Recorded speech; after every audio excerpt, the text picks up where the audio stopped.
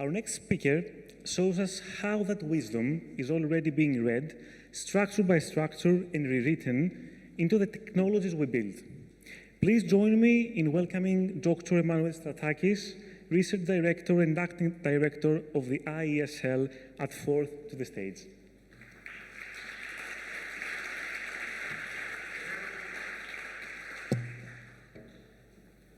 Thank you very much for the introduction, and thank you so much, Alexandro and Demokritos, for organizing this very nice, very wonderful event. I hope that I will give you some ideas of how nature's manuscripts can be translated into technology. And my name is Emmanuel Stratakis. I'm coming from the Institute of Electronic Structure and Laser of the Foundation of Research and Technology, Hellas.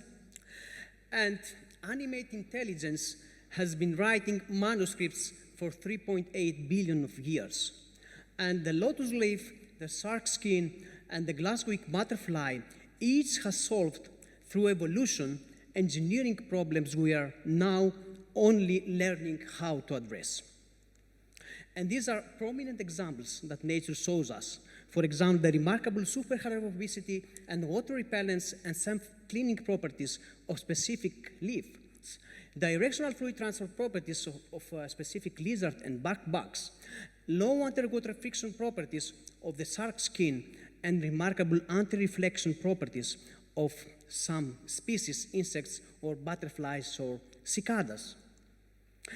What we are doing is we try to mimic these very complex morphologies I showed you using laser light. And we are using laser to sculpture materials, conventional man-made materials. And we have a laser beam that is focusing on a surface and sculptures this kind of tiny structures on the top of materials, of man-made material surfaces. And I will show you a few examples of what we can do in the lab. And we start from a polished silicon wafer. This is a silicon wafer that microchips are fabricated, and you can see that we can sculpture this material, and we can control the structure at both the micro and the nano scales, hundreds and thousands smaller scales than a human hair.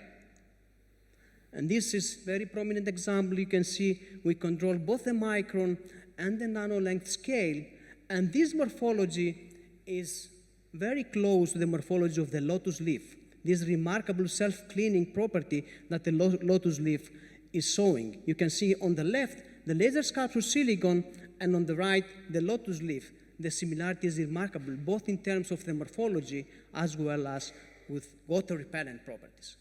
And if you have a water droplet that falls on the surface, it behaves as a perfect elastic sphere because of these water repellence and hydrophobic properties.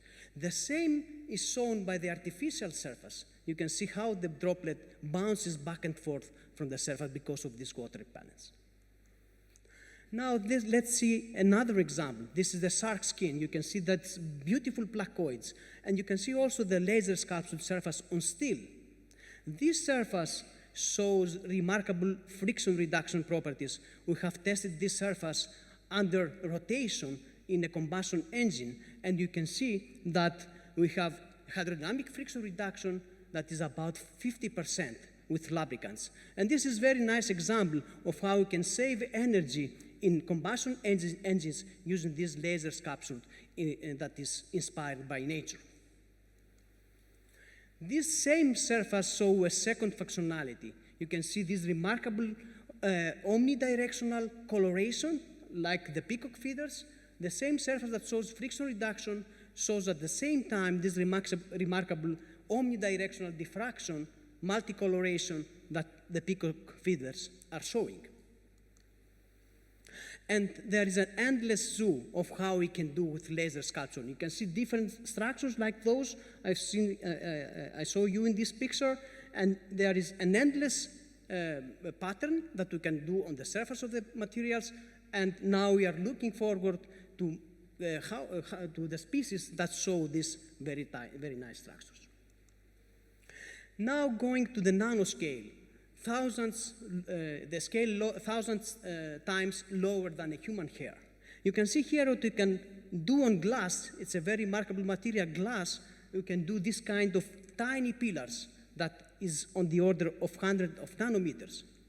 And these tiny pillars are very much shown by nature's cicadas or butterflies. You can see here the similarity of these structures compared to the cicada structures, and also butterfly structures. And you can see that the laser sculptured surface is shown remarkable anti-reflection property.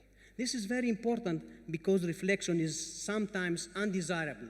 For example, in consumer electronics, we are all experiencing this undesirable reflection when we are looking at our screen in mobile phone or tablets under light, under sunlight. But this is not only for consumer electronics. You can see many kinds, many applications like sensors, camera lenses, even solar cells, that reflection is undesirable.